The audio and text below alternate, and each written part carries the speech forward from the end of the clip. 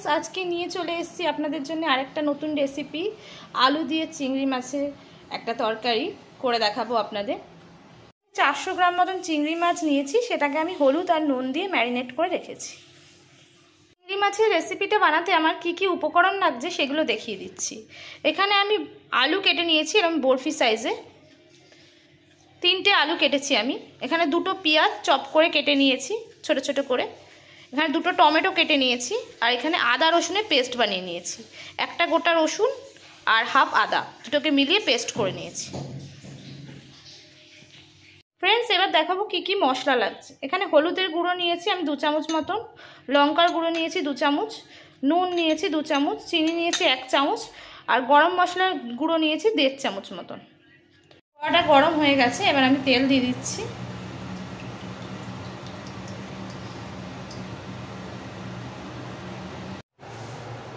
তেলটা গরম হয়ে গেছে আমার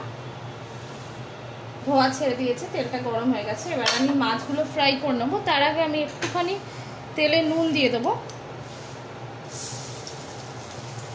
অল্প একটু তেলে নুন দিয়ে তেলে নুনটা মিক্স করে নেব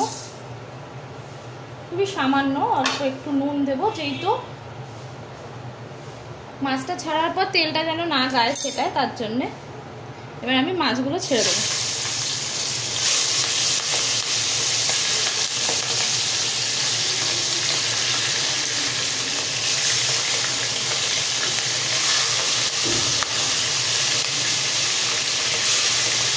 মাছগুলো আমার এক সাইড ফ্রাই হচ্ছে তারপর আমি আরেকটা সাইড উল্টে দেব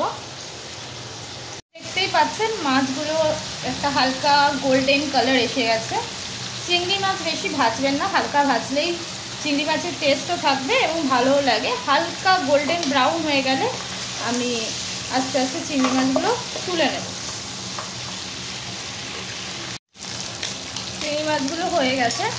কালার সুন্দর কালার চলে এসছে দেখতেই পাচ্ছেন আমি আজকে চিংড়ি মাছগুলো মাথা সিদ্ধ রেখেছি আর মাথাগুলো আমি ভালো করে ফ্রাই করে নিয়েছি চিংড়ি মাছের সাথে টেস্ট লাগবে খেতে খুব ভালো লাগবে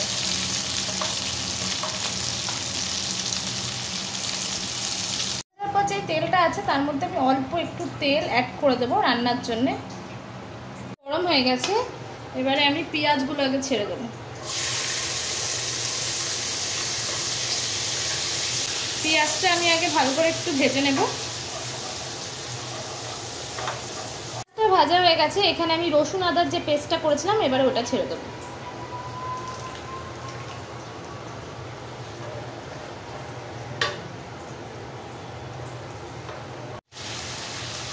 আর মশলাটা দিয়ে পুরো তেল ছেড়ে দিয়েছে টমেটোটা সবার লাস্টে দেবেন ফ্রেন্ডস টমেটোটা অ্যাড করবো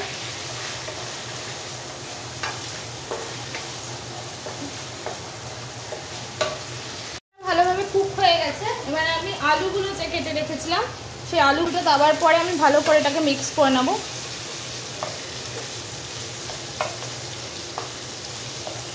করে একটু ফ্রাই হয়ে যাবে মশলার সাথে তার জন্য আমি একটু ঢেকে দেব এটাকে আমি 5 মিনিটের মতন ঢেকে রাখবো চিংড়ি মাছটা ভেজে নিয়েছিলাম সেই চিংড়ি মাছটা এবার আমি ওর মধ্যে রান্নার মধ্যে মিক্স আপ করবো फ्रेंड्स আমি এটা খুলে দেখব কতটা আলুটা ভাজা হয়েছে দেখতেই পাচ্ছেন আলুটা খুব সুন্দর করে ভাজা হয়ে গেছে মশলার সাথে একদম ব্রাউন কালার এসে গেছে এর মধ্যে সুন্দর ভাজা হয়ে গেছে ব্রাউন কালার হয়ে গেছে এগুলো কিন্তু আমি আলুটা যখন আমি 5 মিনিট ফুটে বসিয়েছিলাম তখন কিন্তু আমি লো ফ্লেম করে দিয়েছিলাম হ্যাঁ করে দেবো এতে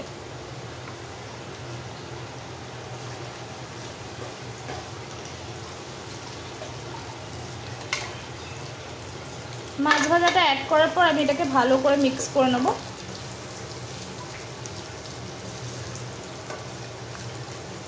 গুঁড়ে নেব এখানে আমি হলুদ নিচ্ছি 1 চামচ হলুদ 1 চামচ লঙ্কার গুঁড়ো 1 চামচের একটু কম নুন আর হাফ চামচ মতন চিনির গুঁড়ো এটাকে আমি ভালো করে মিক্স করে নেব জল দিয়ে আমি ভালো করে এটাকে ভালো করে মিক্স করে নেব মশলাটাকে। তো ভালোভাবে মিক্স হয়ে গেছে আমার মশলাটা, মিক্স করে নিয়েছিলাম। ওটাকে আমি এর মধ্যে অ্যাড করে দেবো, বোল মতন জল অ্যাড করে দেবো। এটাকে ঢেকে দেবো।